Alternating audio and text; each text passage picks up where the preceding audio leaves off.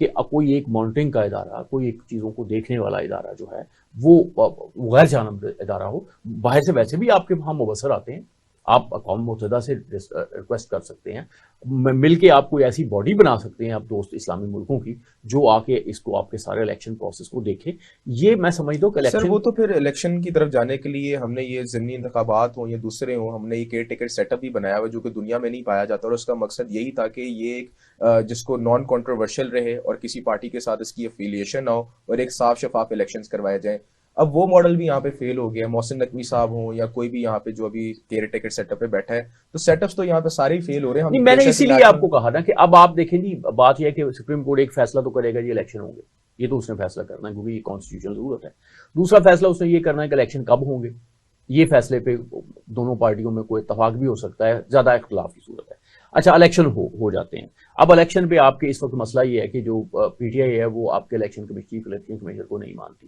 اب پھر الیکشن کیسے ہوں گے؟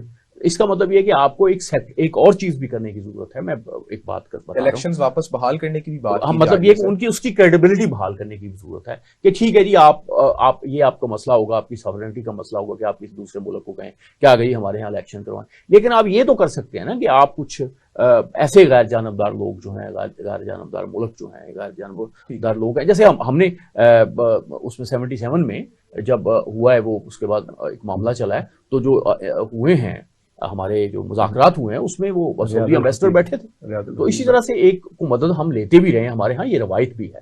تو ہمیں میرا خیال ہے کہ ایک چیز جس کی طرف ہمیں آگے جانا چاہیے وہ یہ ہے کہ آپ ایک ایسا سیٹ اپ بنائیں جو غیر جانبدار، جس پہ پی ٹی آئی بھی اتفاق کرے.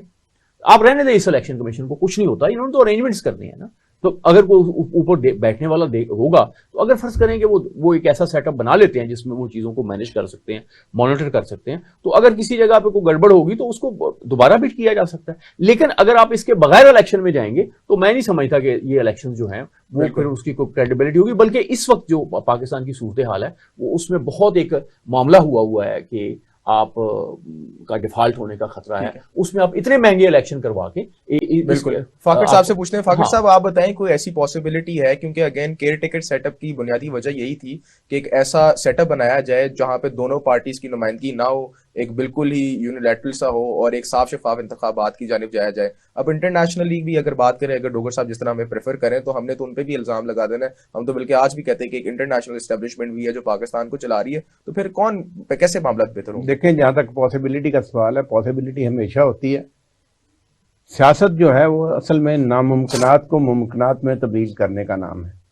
سیاست ممکنات کو ناممکنات میں تبدیل کرنے کا نام نہیں ہے. بدقسمتی یہ ہے کہ ہم ہر پہلو کو جانبدارانہ طریقے سے دیکھ رہے ہیں اور اس سے برتاؤ کر رہے ہیں. سیاسی جماعتوں کا کام یہ ہوتا ہے کہ لوگوں کو زیادہ سے زیادہ ریلیف پہنچانے کے لیے اپنے پروگرام کے ذریعے انہیں ان کی سہولت کا اہتمام کریں. لیکن سیاسی جماعتیں صرف اپنی اناؤں میں گھری ہوئی ہیں، اور جب تک یہ انا ختم نہیں ہوگی تب تک کام نہیں ہوگا. آپ کو ایک امپائر چاہیے. جو یہ بات کر رہے ہیں ڈوگر صاحب وہ صحیح بات کر رہے ہیں، ایک امپائر چاہیے، لیکن امپائر غیر متعصب ہونا چاہیے. وہ امپائر سپریم کورٹ بھی ہو سکتی ہے. اب سپریم کورٹ کا معاملہ یہ ہے کہ سپریم کورٹ نے اپنا اعتماد خود ختم کیا ہے. میں نے آئینی شہادتوں کا بھی ذکر کیا اور کچھ فزیکل شہادتوں کا بھی ذکر کیا. اس کی ذمہ دار جو تھی وہ فیصلے تھے جو ان ادوار میں کیے گئے جنہوں نے اعتماد کو خراب کیا. اگر وہ اعتماد کو خراب نہ کرتے، اب ججوں کے بارے میں یہ کہا جاتا ہے جی ایک مخصوص پینل ہے اور پینل بن جائے تو فیصلے لوگ پہلے بتا دیتے ہیں کہ جی فیصلے ہوں گے. جب یہ صورتحال ہوگی تو پھر اعتماد تو خراب ہوگا. تو امپائر کو میں وہی گزارش کر رہا ہوں، امپائر چاہیے آپ کو. امپائر سپریم کورٹ ہو سکتی ہے لیکن وہ متعصب جو ان کے اوپر ایک لیبل لگایا گیا ہے یہ ختم ہو. میں سر دوسری بات پوچھ رہا ہوں کہ نہ ہماری یہاں پہ عوام یا سیاستدان دوسری بات میں کہہ رہا ہوں کہ کوئی مانے گا نہیں تو ان سے منوایا جا سکتا ہے، اور منوانے کی قوت ہمارے عسکری ادارے رکھتے ہیں. وہ مداخلت کریں، دونوں کو بٹھائیں، فیصلہ کریں کہ یہ کیا کرنا ہے اور کیا نہیں کرنا. کیونکہ عسکری اداروں کا بھی اتنا ہی سٹیک ہے جتنا کسی سیاسی جماعت کا سٹیک ہے. جب تک امپائر غیر جانبدار نہیں ہوگا تو معاملہ نہیں ہوگا. یہ بھی غیر جانبدار امپائر کہیں گے مداخلت کریں تو پھر ہم جہاں پہ نیریٹو یہاں پہ فارم کر رہے تھے, ڈسکشنز کر رہے تھے, ایٹ ٹائمز ہم خود کہہ رہے تھے نیوٹرل ہوں یا اے پولیٹیکل ہوں, پھر ہم پوری ٹیلی ویژن اسکرین نہیں یہ بات نہیں ہے. وہ ایک الیکشن کی عمران خان والی مداخلت ہوگی نا کہ آپ ہمیں لائیں. ایک الیکشن کی حد تک چیزیں طے کرنے میں وہ مدد کر دیں آپ کی اور ان کو بٹھا دیں تو معاملہ حل ہو سکتا ہے. لیکن اگر کوئی نہ بیٹھنا چاہے, کوئی کہے کہ جی میں آپ کے ساتھ نہیں بیٹھنا ہے, میں مودی کے ساتھ بیٹھنے کے لیے تیار ہوں, آپ کے ساتھ بیٹھنے کے لیے تیار ہوں, پھر مسئلہ نہیں حل ہو سکتا. پھر آپ کو سوچنا پڑے گا کہ مودی زیادہ بہتر ہے پاکستان کے لیے یا کوئی پولیٹیکل شخصیت زیادہ بہتر ہے جس سے آپ بات کریں. میاں بیوی گھر میں لڑائی ہو جاتی ہے, لڑائی کا کیا ہے, صلح بھی ہو جاتی ہے, ملکوں کے درمیان بھی یہ ہوتا ہے. اور لڑائی کا ہمیشہ انجام جو ہے وہ ٹیبل پہ آگے ہوا ہے. آپ دوسری جنگ عظیم لے لیں, آپ پہلی جنگ عظیم لے لیں, آپ کانفلکٹ جو ملکوں کے درمیان ہوئے ہیں وہ لے لیں, آپ کو ہر جگہ یہ نظر آئے گا کہ بالآخر آپ مذاکرات پہ آئے ہیں. فری کین کوئی بھی ہوں, چاہے وہ ملک ہوں, چاہے وہ سیاسی جماعتیں ہوں, چاہے وہ گھر ہو. جب تک آپ گھر میں بیٹھ کے ایک کنسنسس نہیں کرتے, آپ گھر کے مسائل کو حل نہیں کر سکتے. سر لیکن بات بھی تو کوئی بندہ مانے نا. اب دیکھیں ججز کی رولنگ پہ تو بات کی جا سکتی ہے, لیکن اب جو نئی روایت چل پڑی ہے پی ایم ایل این کی جانب سے کہ ججز کو کنٹروورشل یا ان پہ بات کریں, ٹھیک ہے اپنا مرضی کا ان کا نہیں, اگر کوئی جج وہاں پہ آنا چاہ رہے ہیں نہیں آنا چاہ رہے, لیکن یہ تو سپریم کورٹ کے چیف جسٹس کا مینڈیٹ ہے, وہ جتنے مرضی پینلسٹ بٹھائیں, جس کو مرضی بٹھائیں, اس پہ بھی آپ نے ڈبیٹ کرنی شروع کر دی. پھر بات تو نظر بظاہر یہ آتا ہے کہ ہماری مانو تبھی ہم چلیں گے, ہماری نہیں مانو گے تو ہمیں کسی چیز کو نہیں ماننا. یہ دیکھیں نا, یہ صورتحال کیوں پیدا ہوئی ہے, یہ کیوں صورتحال پیدا ہوئی ہے, اس کا آپ کو جائزہ لینا ہوگا کہ منصف جب خود ناانصافی کے دائرے میں آ جائے اور منصفوں کو آئین دستک دے رہا ہو اور وہ خاموش رہے. میں اگر آپ یہ بات کرتے ہیں تو 2002 ادوار جو بالخصوص پچھلے آئے ہیں, آپ دیکھ لیں کہ منصفوں نے کیا کیا. انہوں نے ان کو رعایتیں دی ہیں, یہ رعایتیں نہ دیتے ان پہ اعتماد آج رہتا. کیا ہو رہا ہے سر ایسا آج؟ بھائی میرے یہ اسی کا تسلسل ہے نا. آپ انہی غلطیوں کو, اگر آج وہ غلطیوں کو جو ملبہ ہے وہ آج آپ کے پڑھ رہا ہے نا, یہی 5 ججز سے جنہوں نے, کل کی بات ہے کہ آپ کے فیصلے کیے تھے, ایک بندے کو انہوں نے تاحیات نااہل کر دیا. بھائی توبہ کا دروازہ تو ہر وقت کھلا ہوتا ہے, آپ معاف کر سکتے ہیں, وہ رب معاف کر دیتا ہے. تو یہ صورتحال ہے. اتنے آپ متعصب ہو گئے ہیں کہ آپ نے ایک بندے کو فارغ کر دیا ہے, فیصلہ کر دیا ہے کہ آپ آ ہی نہیں سکتے اس دائرے میں. تو پھر مسائل پیدا ہوں گے, اور دوسرے کو طاقت دے دی ہے کہ آپ اس کے ساتھ جو مرضی کریں. جب آپ ناانصافی کریں گے تو ناانصافی کا فیصلہ دیں. میں آپ کو گزارش کرتا ہوں کہ اپنے بچوں کا معاملہ دیکھ لیں, بچے بڑے ہو جائیں تو ناانصافی کے خلاف وہ کھڑے ہو جاتے ہیں. بالکل. اور چھوٹا سا سر یہاں پہ بریک ایڈ آن کریں گے, ایک کمرشل بریک لینا ہے, لیکن یہیں سے بات کو کنٹینیو کریں گے کہ جو پاکستان کے معاملات جا رہے ہیں, ری اسٹرکچرنگ کی ضرورت ہے, اور جو لوگ کروا سکتے ہیں اب ان کو شاید آگے آنا پڑے گا اس معاملے کو ٹیک اوور کرنے کے لیے. ایک بریک لیتے ہیں, بریک سے واپس آئیں گے, گفتگو کو جاری رکھیں گے.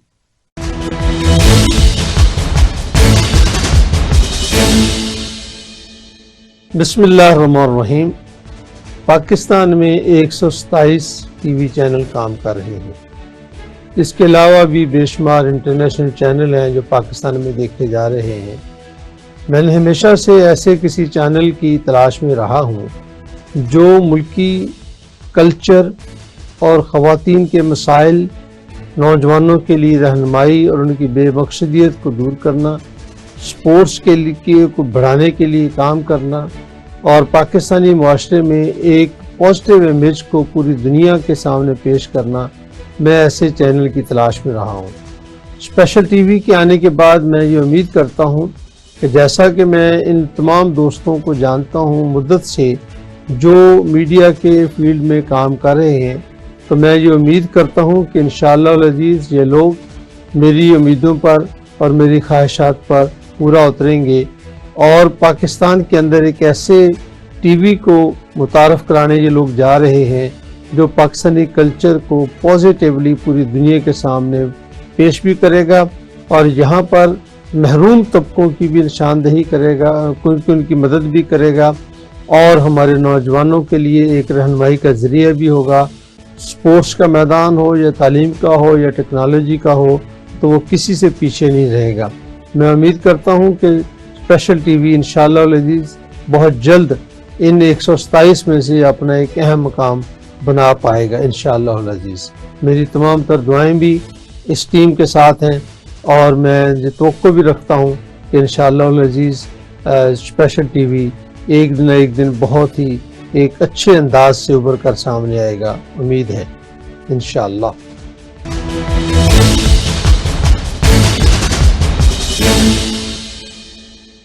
Very warm welcome back viewers, آپ کو ایک دفعہ پھر اس پروگرام میں خوش آمدید کرتے ہیں۔ ڈاکٹر اسلم ڈوگر صاحب، آپ مجھے بتائیں کہ پاکستان کے اندر یہ پبلک پریشر کی بات کی جاتی ہے، عدلیہ میں عمومی طور پر لوگ جاتے ہیں انصاف کی توقع کرنے، لیکن جب اپنے خلاف کوئی بات آتے دیکھتے ہیں تو اس کا ریبٹل لے کر پبلک پریشر کریٹ کرتے ہیں۔ عمران خان صاحب نے بھی کیا، اب مریم نواز بھی کری، بلکہ یہ تمام تر اداروں کی بات کرنے ایف آئی اے بلاتی ہے تو ایک مجمع لے کے چلے جاتے ہیں ان کے دفتر کے باہر، اندر نہیں جاتے۔ نیب بلاتی ہے تو ایک مجمع لے کر چلے جاتے، نہیں آتے۔ فضل الرحمان صاحب کی بات کریں، وہ تو مانتے ہی نہیں کسی ادارے کو، وہ کہتے ہیں ہم انہوں نے اپنی آرمی بنائی ہوئی ہے۔ یہ کوئی اچھی چیز تو نہیں ہے کہ آپ عدالتوں کا احترام کریں، باقی انسٹیٹیوٹس ہیں ان کا بھی احترام کریں، لیکن اگر آپ کے پاس پبلک ہے آپ کے ساتھ، اگر آپ ان کو موٹیویٹ کر کے لے آتے ہیں، پھر سارے فیصلے بھی آپ کے ہاتھ میں آ سکتے ہیں۔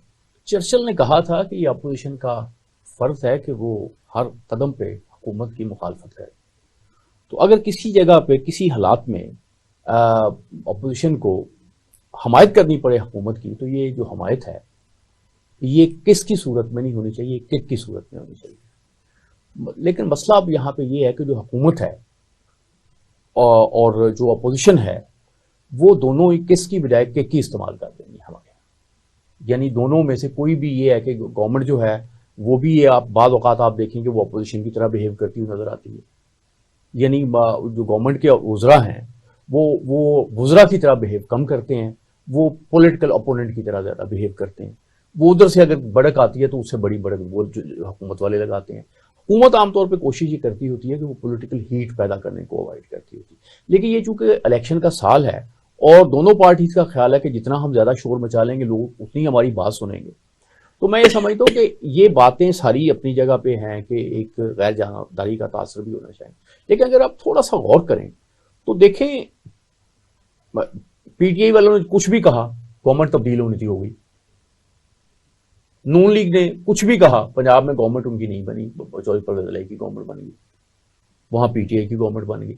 تو اگر آپ ایک خاص طرح سے دیکھیں تو آپ کے ہاں ایک تو گفتگو ہو رہی ہے، ایک ایکشنز ہو رہے ہیں، ایکشنز جو ہیں وہ ہو رہے ہیں، یعنی آپ کے اکانومی کے متعلق فیصلے ہو رہے ہیں، آپ کے دوسرے فیصلے ہو رہے ہیں، وہ ہو رہے ہیں، وہ ہوتے ہوئے نظر بھی آ رہے ہیں، ان کے برے اثرات بھی نظر آ رہے ہیں، ان کے اچھے اثرات بھی نظر آ رہے ہیں۔ تو اگر ہم یہ کہیں کہ کوئی چیز ہو ہی نہیں رہی اس ملک میں تو یہ بات بھی غلط ہوگی، کہ ایسے نہیں ہے کہ پی ٹی آئی نے شور مچایا جی کہ ہمیں یہ گورنمنٹ قبول نہیں ہے، تو گورنمنٹ تو موجود ہے بھائی، محسن نقوی چیف منسٹر ہے، نواز شریف بھی پرائم منسٹر ہے، اور انہیں اگر جی شہباز شریف، تو ابھی یہ کہ ابھی شہباز شریف کو اگر چودھری پرویز الہی نہیں منظور تھے، لیکن چودھری پرویز الہی چیف منسٹر تھے، وہ تو عمران خان صاحب نے خود دے دیا نا، جہاں کی حکومت بھی دے دی اور اس کی بھی دے دی، تو اب ان کے یہ جو فیصلے ہیں، کیونکہ عمران خان صاحب جو ہیں وہ چاہتے ہیں کہ ایک پولیٹیکل جو ہے ہیٹ کریٹ ہوتی رہے، ایک کنٹروورسی رہے جس میں وہ ڈسکس رہیں، اور تاکہ وہ اگر الیکشن میں جاتے ہیں تو وہ یہ فضا قائم رہے، کیونکہ جب انہیں ہٹایا گیا تھا تو اس وقت وہ بہت لوئسٹ لیول پہ چلے گئے تھے پاپولرٹی کے، اگر اس وقت ہی الیکشن ہو جاتے، اگلے ایک مہینے میں الیکشن ہوتے تو، لیکن کہیں نہ کہیں کردار ان کے نیریٹیوز کا بھی تھا، ہاں وہ تو ہے، لیکن آپ یہ دیکھیں نا یہ ساری باتیں ہو رہی ہیں، بالکل وہ ایک بات کر رہا ہے وہ دو کر رہا ہے، لیکن آپ دیکھیں آپ کی چیزیں چل رہی ہیں،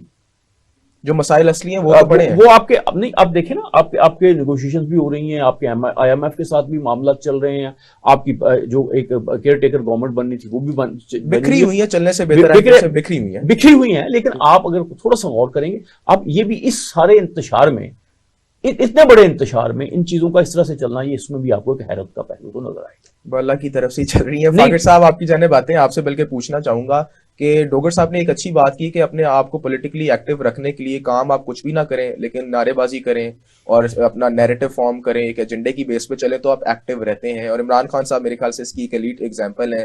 ایبسولوٹلی ناٹ کی بات کر لیں، میر صادق کی بات کر لیں، میر جعفر کی بات کر لیں، ہم کوئی غلام ہیں کی بات کر لیں، تمام تر نیریٹیوز وہ لے کے چلیں، اور آج تک ان کو ہم اگر ہم آج بیٹھے ان کو ڈسکس کریں، اس کا مطلب ہے کہیں نہ کہیں ان کی کامیابی ہے۔ مریم نواز یا ان کی پارٹی بھی یہ کچھ نہ کچھ کر رہی ہوتی ہے۔ اب ہم نے دیکھا کہ ایکس آرمی چیف کے خلاف باجوہ صاحب کے خلاف بھی وہ ایکٹیو ہوئی ہیں، حالانکہ 5 لوگوں کا جب انہوں نے نام لیا تھا باجوہ صاحب کا نام نہیں لیا۔ یہ جو نیریٹیوز ہمیں لے کے ڈوب گئے ہیں، اور نیریٹیوز بھی کوئی پاکستان کی فلاح کے لیے نہیں، اپنی صرف سیاست کو بچانے کے لیے، یہ کہاں ہمیں لے کے اینڈ کرے گا؟ آخری ریزورٹ ہو کیا سکتا ہے اس کے ساتھ؟ آخری ریزورٹ اس کا یہ ہے کہ ان تمام کو فارغ کر دیا جائے، حل نکل آئے گا۔ اور وہ نظر آ رہا ہے مجھے، یہ اپنی قبر خود کھود رہے ہیں، اور سیاستدانوں کو ابھی اندازہ نہیں ہے کہ ان کے ساتھ کیا ہونے والا ہے اور کس طرح ہونے والا ہے، کیونکہ آپ دیوار کے پار نہیں دیکھیں گے تو یہ آپ کو پتہ چل جائے گا. ماضی میں بھی ہوا ہے، بندر تماشا لگا ہوا ہے اور پھر روٹی کسی کے پاس نہیں رہے گی، اور سامنے ہیں چیزیں. اور اگر یہ سیاستدان ابھی بھی کوئی نوشتہ دیوار نہیں دیکھیں گے تو پھر ان کے مقدر میں مشکلات ہی لکھی جائیں گی. ماضی میں بھی انہوں نے مشکلات کو فیس کیا ہے، کیونکہ سیاست کا جو طرز عمل ہے نا، دیکھیں ہمارا جو موضوع ہے بیسیکلی جو آج کا ہمارا اس پروگرام کا، وہ ہے سیاست بخیر. مجھے سیاست بخیر نظر نہیں آتی. مجھے اس ساری سیاست میں گدلا پن نظر آ رہا ہے. اس سیاست میں وہ منافقتیں نظر آ رہی ہیں، وہ برائیاں نظر آ رہی ہیں، جو برائیاں بالآخر معاشروں کا بیڑا غرق کر دیتی ہیں، معاشروں کو اس طرف لے جاتی ہیں جہاں پہ معاشرے راندہ درگاہ ہو جاتے ہیں. مجھے افسوس کے ساتھ یہ بات کہنا پڑتی ہے کہ سیاسی جماعتوں کو یہ شعور، یہ جو منفی شعور ہے، وہ اس دور میں، اس سے پہلے بھٹو صاحب آئے تھے، لیکن بھٹو صاحب کے دور میں آپ دیکھ لیں کہ اپوزیشن کے ساتھ بیٹھی، جیسے ڈاکٹر صاحب نے ذکر بھی کیا، تو بھٹو صاحب کے ساتھ اپوزیشن بیٹھی. بلکہ بھٹو صاحب جب گئے دلی گئے اپنے فوجیوں کو نکلوانے کے لیے، تو قطار میں سارے سیاستدان کھڑے تھے ایئرپورٹ پہ ان کو سی آف کرنے کے لیے. یہ ہوتا ہے طرز عمل سیاستدانوں کا. لیکن یہاں تو سیاستدان ایک دوسرے کو گالیاں دے رہے ہیں، دشنام ترادی کر رہے ہیں، اور جو پنڈورا باکس کھول دیا ہے ایک سیاسی جماعت کے رہنما نے کہ بھئی میں نہیں مانتا، میں تو اسی طرز عمل پہ رہوں گا، وہ سیاستدان نہیں ہے میرے خیال میں. سر آپ یہ نہیں سمجھتے کہ یہ صرف سیاستدانوں کے درمیان نہیں، اب یہ باقی چیزوں کو بھی ایڈ آن کیے، کیونکہ جہاں پہ اپنا مفاد ہوتا ہے، میں مثال کے طور پہ اگر اب سپریم کورٹ کی جانب سے کوئی رولنگ پاس ہوتی ہے کہ 90 دن کے اندر آپ نے الیکشنز کرانے، اس میں سے ایک پارٹی کا فریق جس کے خلاف یہ جائے گا ڈیسیجن، اس نے تو ریئیکٹ کرنا ہے، اس نے ریٹیلیٹ کرنا ہے، اور اس نے جس طرح سے پاکستان کے اداروں کو گندا کرنا ہے ہم ابھی ہی پریڈکٹ کر سکتے ہیں. تو یہ صرف سیاستدانوں کے درمیان تو بات نہیں رہی ہے، تو نیچر کی بات ہے کہ بھائی مجھے بات سوٹ کرے گی، آئدر مائی وے اور دی ہائی وے. یہ کب تک چلے گا اور اس کو اس روایت سے نکلیں گے کب؟ دیکھیں اس کے لیے میچورٹی کی ضرورت ہے، سیاستدانوں کی ٹریننگ کی ضرورت ہے، سیاستدانوں کو پڑھنے کی ضرورت ہے، سیاستدانوں کو سمجھنے کی ضرورت ہے، سیاستدانوں کو آگے آنے والے حالات کا مشاہدہ کرنے کی ضرورت ہے. آپ کے یہ معاملہ صرف یہاں تک تو محدود نہیں ہے، یہ تو یہاں کے معاشرے کی بات ہے. آپ کو خارجی امور کو بھی دیکھنا ہے، آپ کو پھر ان آنے والے حالات کو میں اس کی مثال دیتا ہوں کہ ضیاء الحق صاحب نے جب یہ اپنا جنگ کا حصہ بنے، امریکی جنگ کا، تو اس کا فائدہ نقصان کس کو ہوا؟ پاکستان کو آج کیا کلاشنکوف کا جو کلچر تحفہ ملا، یہ کہاں سے آیا؟ بالکل. اگر آپ سانحات سے سبق نہیں سیکھتے، اگر معاملات کو ٹھیک درست طریقے پہ لے کے نہیں جاتے، تو پھر یقیناً نقصان ہی ہوتا ہے. سیاستدانوں کا سب سے بڑا نقصان یہ ہوا یہ متحد نہیں ہوتے.